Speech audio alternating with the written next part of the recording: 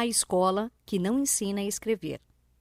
Neste microbook, Silvia Gasparian Colello levanta diversos questionamentos sobre a alfabetização como é praticada hoje nas escolas, oferecendo alternativas que subsidiem a construção de uma escola que efetivamente ensine a escrever.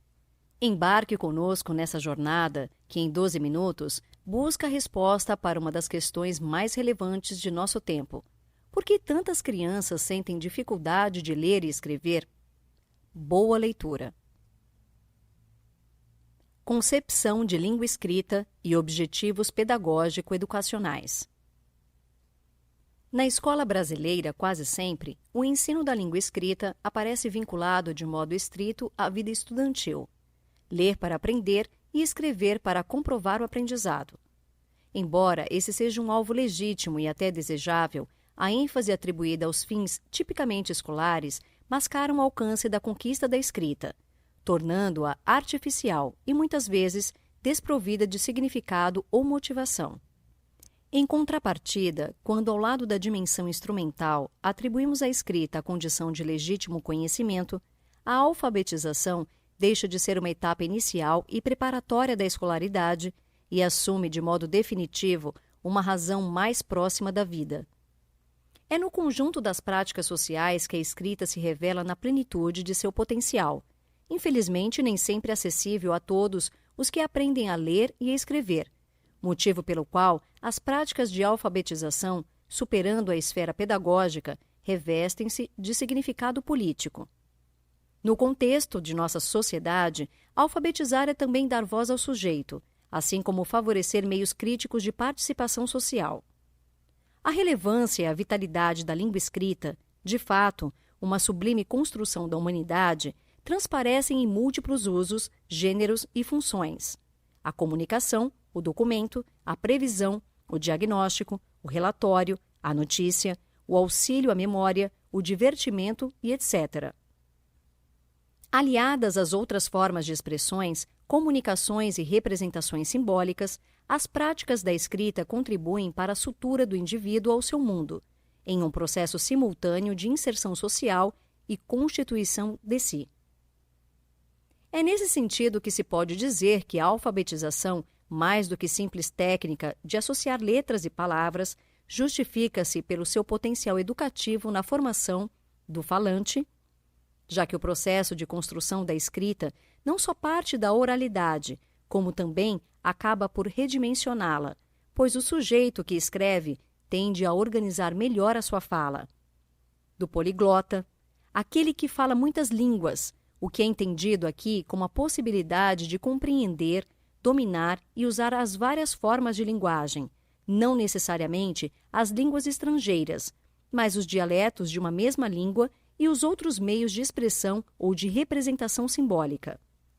Do produtor de texto, o autor que, além de escrever palavras e frases, tem a competência para compor textos, enfrentando os desafios da sua produção e também tendo a satisfação de poder dar vida aos seus pensamentos, às suas ideias e fantasias. Do intérprete, em processos de leitura que, superando a mera decodificação, guiam-se pela busca de sentido e, assim, resgatam a dimensão dialógica do texto. Do leitor, aquele que, além de compreender e dialogar com o texto, é capaz de descobrir o valor e o prazer da leitura nas suas diversas possibilidades e situações. Do revisor de texto, sujeito que, tendo compreendido as regras, as arbitrariedades da língua escrita e principalmente o seu valor para decodificação e leitura, coloca-se como agente principal interessado no processo de autocorreção. Do estudante, pela multiplicação dos meios de aprendizagem e constituição dos hábitos de estudo. Do pesquisador, pela possibilidade ampliada de busca do saber, visando ao atendimento de curiosidades, interesses e necessidades não apenas escolares. Do ser pensante, porque integra o processo de construção da escrita ao conjunto de experiências que favorecem a constituição de si, a organização do pensamento, assim como a possibilidade de interpretação e análise das ideias. Do ser social, uma vez que promove novos meios de inserção social, seja pelo desempenho de atividades funcionais rotineiras, seja pela possibilidade de intercâmbio com o mundo em manifestações conscientes e críticas. Do ser pessoal, tendo que o indivíduo não só se torna capaz de interagir com o mundo, dando vida à linguagem, como também conquista um modo pessoal de se colocar e de se situar nesse mundo. Língua escrita, uma questão de mentalidade. Ao considerar as tendências ocidentais na produção da língua escrita, e sobretudo as suas dimensões de fracasso ou de dificuldade, não se pode negar o papel que tiveram a escola, os recursos didáticos e a metodologia em sala de aula. Mas o processo de conhecimento não se explica pela relação binária ensino-aprendizagem, entendida como um mecanismo de causa e efeito, isto é, como um toma-lá-da-cá pedagógico. Trata-se, é evidente, de um processo muito mais amplo de vivenciar e construir, no conjunto das experiências, esquemas de ação e de compreensão que fazem sentido pela mentalidade ou pelo referencial de valores nos quais foram conquistados. Em outras palavras, não aprendemos só porque fomos ensinados, mas também pelo que somos. Em uma dimensão pouco visível, também as relações ensino-aprendizagem e professor-aluno são igualmente dependentes de mentalidades e de padrões de conduta culturalmente estabelecidos. À luz das concepções de ensino pouco comprometidas com um projeto educativo, da relação unilateral entre mestre e discípulo, da valorização da linguagem informativa em detrimento de outros modos de expressão, podemos situar melhor as tendências ocidentais na produção da língua escrita. Pela dimensão visível da pedagogia, constata-se a presença de uma escola que efetivamente ensina a ler e a escrever. Pela dimensão invisível, pode-se supor um longo e penoso processo de enquadramento linguístico que muitas vezes restringe possibilidades de expressão, roubando a vontade e o direito de dizer. Na busca de alternativas educativas, os métodos de ensino, os recursos didáticos e as cartilhas podem ser revistos, renovados, corrigidos e até eventualmente substituídos, mas as mentalidades que os sustentam resistem teimosamente a mudanças. Também apresenta resistência à atitude daqueles que discriminam os diferentes universos culturais, em posturas etnocêntricas, esquivando-se do saber, do diálogo, da convivência democrática, da linguagem poética e também da compreensão de si mesmo. Para onde vai o ensino da escrita? Ao conceber a escrita como modo de representação, somos obrigados a admitir que o simples domínio do sistema não torna o sujeito um escritor competente. Além disso, é preciso que ele amplie a sua experiência e seus conhecimentos a ponto de reconhecer a escrita na sua especificidade, compreender seus modos de representação e, finalmente, ampliar a sua experiência sobre as práticas sociais de produção e interpretação. Aquele que escreve lança mão de um complexo repertório de conceitualizações que balizam a reflexão linguística. O que escrever, como escrever, para que escrever, a expressão verbal da ideia a ser veiculada, o gênero e estrutura da escrita, seus destinatários e sua conformação no papel. A aprendizagem da escrita supera os atos de copiar, de decodificar sons ou de simplesmente dizer. Trata-se da formação do autor, aquele que, independentemente da idade ou do objetivo do trabalho a ser realizado, conquistou o livre trânsito nessa aprendizagem pela capacidade de ampliar os canais comunicativos, garantindo o seu direito à palavra e à inserção no universo letrado. Produzir e organizar formas de comunicação de modo autônomo, consciente e intencional, ajustando as manifestações orais e escritas aos seus propósitos, gêneros, interlocutores e contextos. Desenvolver estratégias de interpretação e reconstrução de sentidos. Interagir com comprometimento, assumindo uma postura crítica e transformadora em face da realidade. Fazer do aluno um efetivo leitor e escritor é a mais sábia alternativa para enfrentar os quadros de analfabetismo e baixo letramento no Brasil, e por esse motivo, o maior desafio a ser assumido no ensino da língua escrita. É um objetivo tão legítimo quanto indispensável, mas ainda descuidado nos modelos escolares de promoção da cultura escrita. Lamentavelmente. Os princípios da exclusão no ensino da língua escrita. A consideração dos fatores de exclusão inerentes ao tradicional ensino da língua escrita explicita o divórcio entre vida e aprendizagem, evidente tanto no campo das concepções quanto no plano da prática pedagógica. Ao ignorar a realidade do aluno, subestimar as metas da educação, banalizar o conteúdo próprio da língua e artificializar os modos de aprendizagem, a escola se fecha para o impacto de novas concepções em prol da democratização e qualidade do ensino. Ao negar a natureza das relações pessoais em sala de aula, o educador trai o seu compromisso e a sua razão. Ao desconsiderar a natureza dialógica da escrita, as práticas de ensino impõem um silêncio contrário aos propósitos da efetiva comunicação. Nossa sociedade como um todo deve avançar em direção a posturas mais democráticas na construção de alternativas pedagógicas capazes de acolher o aluno, compreendê-lo e propor um ensino centrado no diálogo. É preciso reencantar a escola para atender às demandas das gerações que hoje ingressam no sistema e, na mesma medida, responder aos que foram dele excluídos. A compreensão do fracasso do ensino torna nítida a morosidade da transformação escolar, um processo sempre aquém das necessidades mais imediatas de nossos alunos. Na oscilação entre os avanços e os retrocessos, entre a ousadia e a resistência, ficam as sementes do saber e do fazer, sempre alimentadas pelas iniciativas, pelos esforços, pela reflexão e, certamente, pelos nossos sonhos. O caminho da transformação pedagógica. Indiscutivelmente, a constatação de práticas viciadas no âmbito escolar atesta a dificuldade na assimilação de uma nova postura educacional diante do ensino e, em particular, a alfabetização. Uma dificuldade que se explica pela força das práticas tradicionais que permanecem à custa das configurações estruturais e políticas, da formação ainda precária dos educadores e da insegurança de muitos docentes no enfrentamento do dia a dia em sala de aula.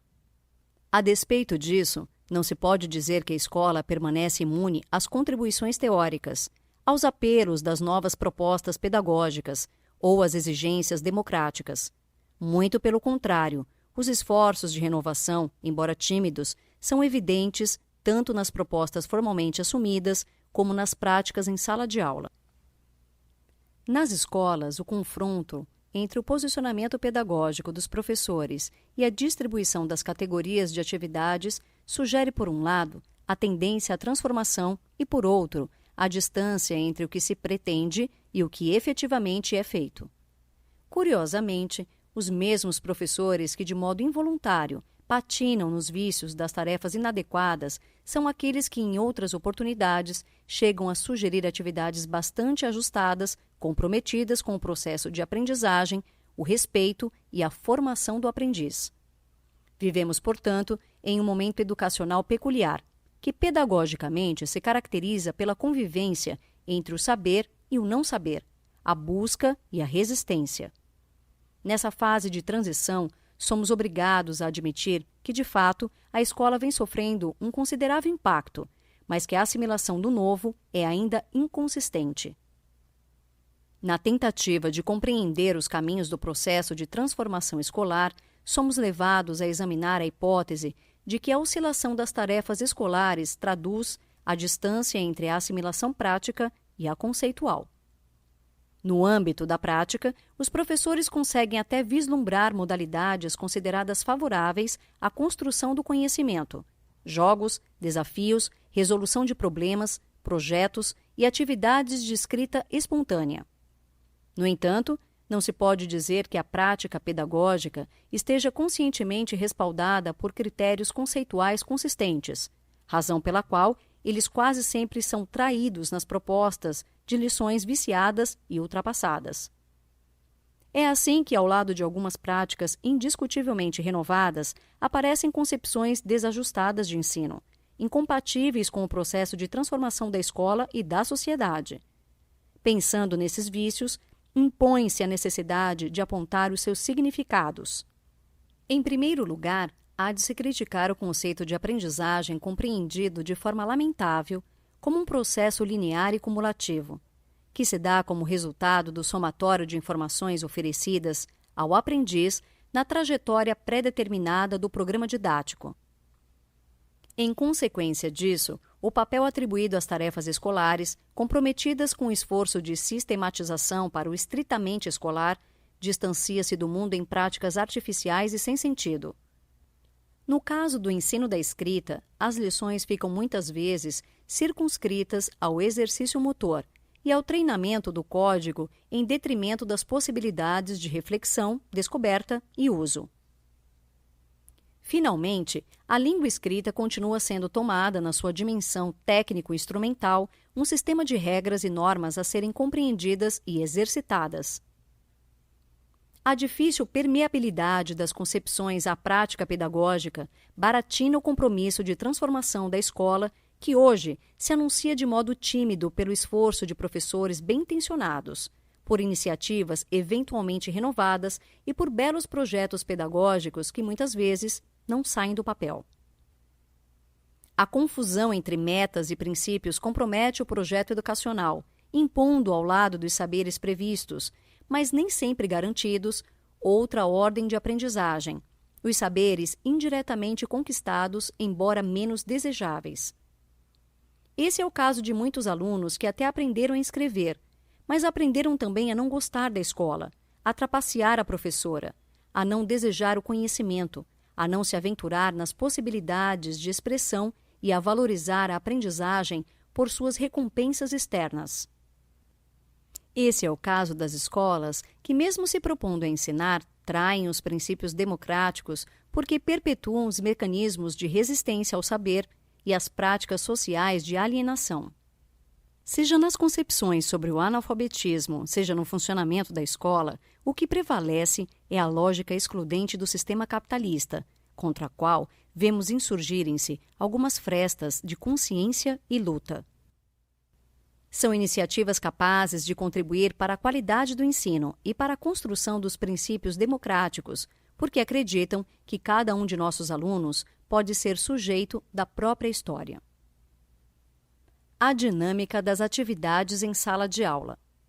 A dinâmica das atividades em sala de aula, tal como é proposta pelo professor alfabetizador, longe de se configurar como um simples desenho estrutural da prática de ensino, reflete as concepções docentes acerca da língua escrita e do processo de aprendizagem. Reflete suas certezas, metas e convicções fundamentadas, mas também suas dúvidas, angústias, temores e contradições conceituais ou paradigmáticas.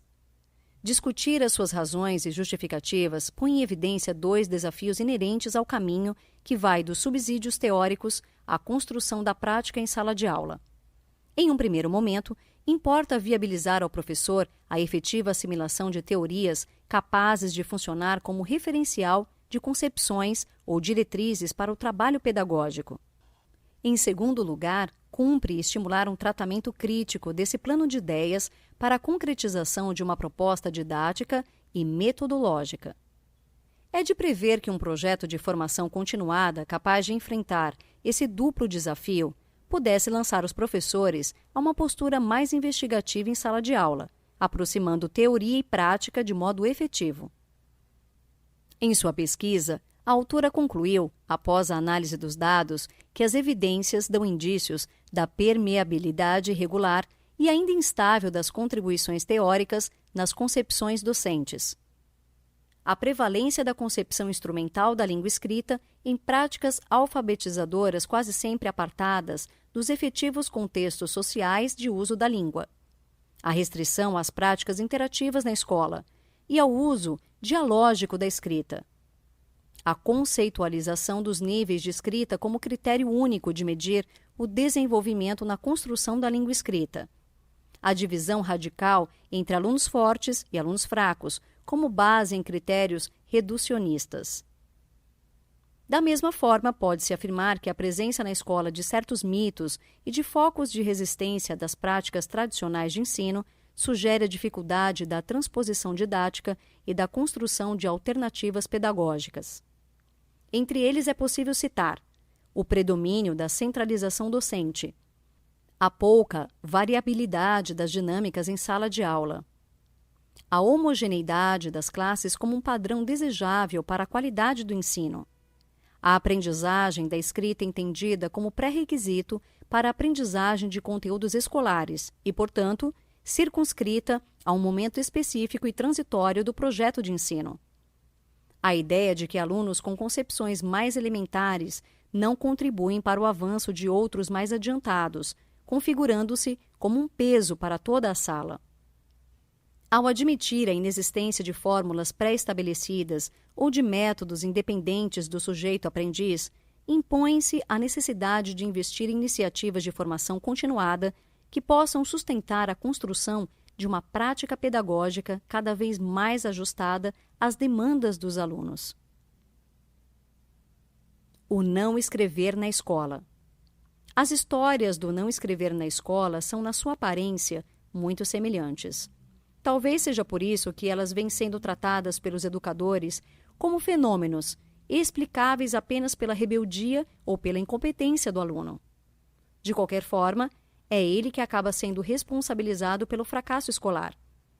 Nessa ótica de interpretação, as concepções reducionistas sobre as relações entre conhecimento, linguagem e cultura escrita acabam funcionando como paradigma dicotômico, único, inflexível e, por si só, determinado.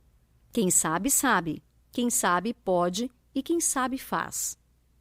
O estudo das diferentes dimensões da escrita favorece a revisão das tradicionais posturas. A aprendizagem da língua e, em particular, o seu processo de produção passam a ser vistos no rol da complexidade de um sujeito-autor que traz consigo os elementos da cultura e as marcas do processo de aprendizagem. Se é na escola que aparecem os primeiros indícios do não escrever, se é lá que muitas dificuldades são geradas, e se é ainda lá que elas crescem e tomam vulto, é também lá que se configura o palco de negociação para a reversão do iletrismo no Brasil. Investir nesse potencial do ensino configura-se talvez como a alternativa capaz de transformar o ensino da escrita em oportunidade para escrever efetivamente, a chance de garantir a palavra a todos aqueles que hoje frequentam a escola. A ênfase dos textos funcionais. Independentemente dos benefícios que o amadurecimento do texto funcional possa trazer para a vida escolar ou social, é importante verificar o modo como esse alvo é perseguido. Quando o princípio de objetividade se institui como o melhor, o mais desejável, ou às vezes o único possível, pela ausência de outras oportunidades do escrever, corre-se o risco de prejudicar o ajustamento da língua escrita em possibilidades de uso amplas e equilibradas. Trata-se de uma ameaça que parece atingir não só o desenvolvimento do texto expressivo, mas também o texto funcional. O melhor escritor é aquele capaz de discernir, em cada contexto, o gênero e o tom apropriados para a sua produção. Os prejuízos de uma pedagogia da língua materna desequilibrada não incidem, contudo, apenas na emergência e adequação de textos expressivos. Muito pelo contrário, como faces da mesma moeda, as escritas expressivas e funcionais fazem parte das possibilidades de um mesmo sistema linguístico. Sua aprendizagem representa, portanto, o esforço integrado para a conscientização e amadurecimento das formas de se fazer presente no mundo. Com base nisso, poder-se-ia afirmar que a mesma ênfase que dificulta a evolução de textos mais expressivos é igualmente responsável pelo difícil acesso às fórmulas evoluídas do texto funcional. Os parâmetros funcionais, dentro e fora da escola, cristalizam a tal ponto a fixação do objeto em fórmulas meramente descritivas que acabam por limitar o posicionamento crítico e personalizado. De fato, a facilidade com que as crianças aprendem o modelo de objetividade não é seguida no mesmo ritmo e intensidade da conquista de formas mais personalizadas e críticas no texto funcional. Por isso, mesmo no caso de crianças da quinta série, indivíduos já experientes no uso da língua escrita, o posicionamento crítico no texto está reduzido a 63% das produções, um índice ainda muito baixo se considerarmos que 1. Essa possibilidade por si só não garante o padrão instituído do bem escrever. 2. Dos que atingem a possibilidade de posicionamento crítico, apenas 3% evoluem para os recursos de argumentação em produções dissertativas. Poder-se-ia argumentar que o posicionamento crítico ante um texto não é o resultado de um processo pedagógico, e sim uma característica da faixa etária, no caso, crianças entre 6 e 12 anos de idade, ainda sem condições de abstrair, de julgar e de se situar. Embora o amadurecimento pessoal seja um dos componentes do ajustamento linguístico, as precoces ocorrências de textos personalizados nas séries iniciais evidenciam um potencial efetivo que, respeitando as características de cada faixa etária, não pode ser subestimado. O que fica é a impressão de que a escola muitas vezes ensina a escrever, mas não promove na mesma medida o posicionar-se e o constituir-se. Saber escrever não significa necessariamente ser sujeito da palavra escrita. Ensinar a língua não inclui obrigatoriamente a apropriação equilibrada desse recurso como alternativa funcional ou expressiva. Pensando no processo de ensino e aprendizagem, talvez seja o momento de reconsiderar a escola também com base nos condicionantes de valores, parâmetros e condutas sociais, nos quais o eu é da mesma forma sufocado pelas contingências diárias, simples, diretas, impessoais, materialistas e, com certeza, bastante objetivas. Repensando a escrita e a imaginação na escola. Aprender a escrever não garante necessariamente a possibilidade de se aventurar na escrita da imaginação. Do ponto de vista qualitativo, a chance de poder se lançar ao texto de expressão dos sonhos e recriação da realidade parece depender tanto da amplitude e abstração da abordagem, quanto da profundidade e do envolvimento com os quais o autor se dispõe a enfrentar o desafio de escrever. Assim, o potencial evolutivo do texto de imaginação parece transitar pelos seguintes eixos: configuração temática, interesse imediato, contextualização e considerações amplas, plano de abordagem, realidade e ficção, conhecimento sobre a língua escrita, envolvimento com a língua escrita. A costura possível entre as diferentes variáveis explica a diversidade das produções sempre circunscritas ao infinito potencial da língua, aos referenciais da cultura e ao efetivo investimento pedagógico. Toda escrita, como sistema de comunicação e representação da realidade, pressupõe um grau considerável de abstração. O vínculo construído entre o texto e o objeto por ele abordado representa, por certo, o grau de conhecimento linguístico, mas, mais do que isso, traduz uma ótica do autor sobre o mundo, um modo de compreendê-lo e de com ele se relacionar. Por isso, compreender os desafios envolvidos no ensino da escrita leva a nossa autora a questionar as práticas de ensino e o valor social e pedagogicamente atribuído à imaginação. Ensinar a escrever é, em certa medida, alimentar a possibilidade de interpretar e recriar a realidade. Lamentavelmente, tudo se passa como se a escrita infantil fosse dirigida e polarizada pelo ideal de uma escrita mais referencial, mais transitiva, mais verossímil e mais realista. Da mesma forma, tudo se passa como se a escrita infantil estivesse destinada a limitar ou abandonar a sua relação com os temas do imaginário e as formas de expressão da imaginação. Embora a tendência do percurso evolutivo aponte para abordagens cada vez mais amplas e abstratas, a maioria das redações de imaginação circunscreve-se a dimensões do real e do interesse imediato, não raro marcadas ainda pelo precário envolvimento com a língua. Fechados em si mesmos e com dificuldade para superar a vida cotidiana, os alunos parecem fixar-se sobre as dimensões concretas do que é real, possível, vivido e conhecido. Sim, os alunos pensam e sonham, mas o voo do imaginário é raso. Tal é o seu apego à realidade, tal é o seu anseio para se livrar das tarefas escolares. Ao final de 5 anos de vida escolar, a qualidade da produção textual reflete a resistência em considerar a escrita um recurso capaz de dar asas à imaginação. O papel do desenho na escrita infantil. Os estudos exploratórios realizados pela autora acerca das relações entre o desenho e escrita a levam, em primeiro lugar, a lamentar a desconsideração de muitos educadores às exigências infantis na produção dos trabalhos acadêmicos e aos valores e significados atribuídos ao desenho pela criança. Alheias aos mecanismos de aprendizagem e de superação das dificuldades pessoais, indiferentes ao aporte social na aprendizagem escolar, as escolas ainda se fecham em propostas de ensino medíocres e reducionistas em oposição ao mundo real e ao universo de possibilidades infantis.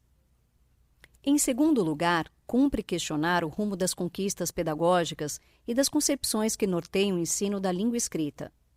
Tributário do processo de domesticação do imaginário, o desenho parece justificar-se apenas como etapa preparatória para a escrita, configurando-se na escola mais como um meio pueril e transitório do que como recurso legítimo e transformador. As implicações disso parecem mais profundas ante a pergunta: o que ensinamos quando ensinamos a escrever? Se a escola pudesse se conformar com a aprendizagem do sistema de escrita por si só, isto é, da escrita como recurso autônomo que supostamente atendesse às necessidades de expressão e comunicação, pouco teríamos a lamentar com a perda do desenho. Mas se o que está em jogo é o ensino da língua escrita como um dos recursos em um universo complexo de comunicação, de cuja possibilidade de manifestação dependem o processo de democratização, a desconsideração da imagem significa um indiscutível processo de empobrecimento da língua. Inserir a criança no universo das linguagens implica muito mais que ler e escrever de forma correta. Paradoxalmente, e sobretudo quando descolada de um amplo repertório expressivo, também a escrita pode fracassar no que diz respeito ao nosso direito de, como seres humanos, poder representar a ideia de dialogar com o mundo onde vivemos. Escrita infantil: os mecanismos do não dizer. Entendida em uma dimensão ampla, a aprendizagem da língua escrita integra muito mais do que a simples compreensão do sistema alfabético ou a assimilação das regras ortográficas e gramaticais. Se historicamente essa foi a ênfase de um ensino que tão fortemente marcou a cultura escolar, hoje os apelos do mundo letrado clamam pela alfabetização capaz de aprofundar as relações do sujeito com o seu mundo, ampliando os recursos comunicativos e o seu trânsito em diferentes esferas da cultura escrita. É nessa perspectiva que as escolas não podem separar o aprender do fazer uso dessa aprendizagem. De maneira paradoxal, ao lado da progressiva aprendizagem que permite dizer mais e melhor pelo uso da escrita, outros mecanismos, emergentes ou transitórios, interferem na possibilidade de expressão das ideias pela via inversa, ou seja, pelo recurso do não dizer. Seja como reflexo de práticas sociais que tanto agridem o sujeito, ou em função do frágil vínculo do indivíduo com a escola e com o escrever, a aprendizagem da língua escrita pode trazer a reboque outros conhecimentos, aprendidos à revelia dos esforços e projetos em prol da alfabetização.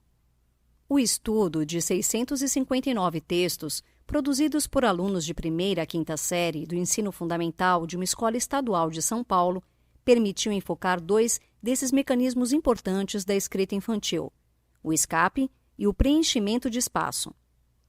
Ainda que estruturalmente diferentes e atendendo a objetivos ou motivações diversas, ambas as estratégias sugerem que, na composição de textos, as crianças podem lançar mão de recursos contrários ao da comunicação e do dizer pela escrita.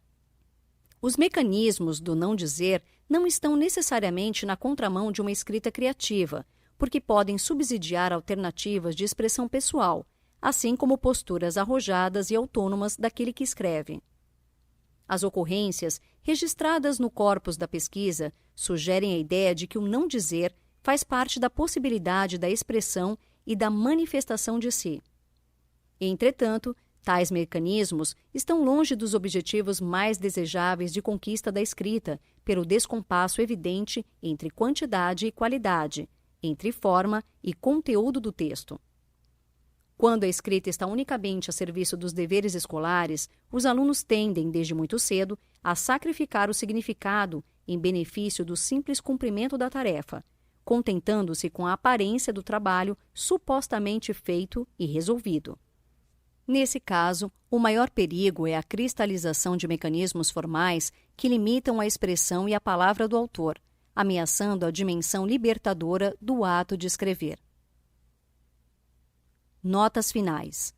Tributária de uma cultura tecnicista e da sociedade de consumo, a escola acaba por propagar uma escrita que não garante necessariamente o direito à palavra, o poder de reflexão e a participação social.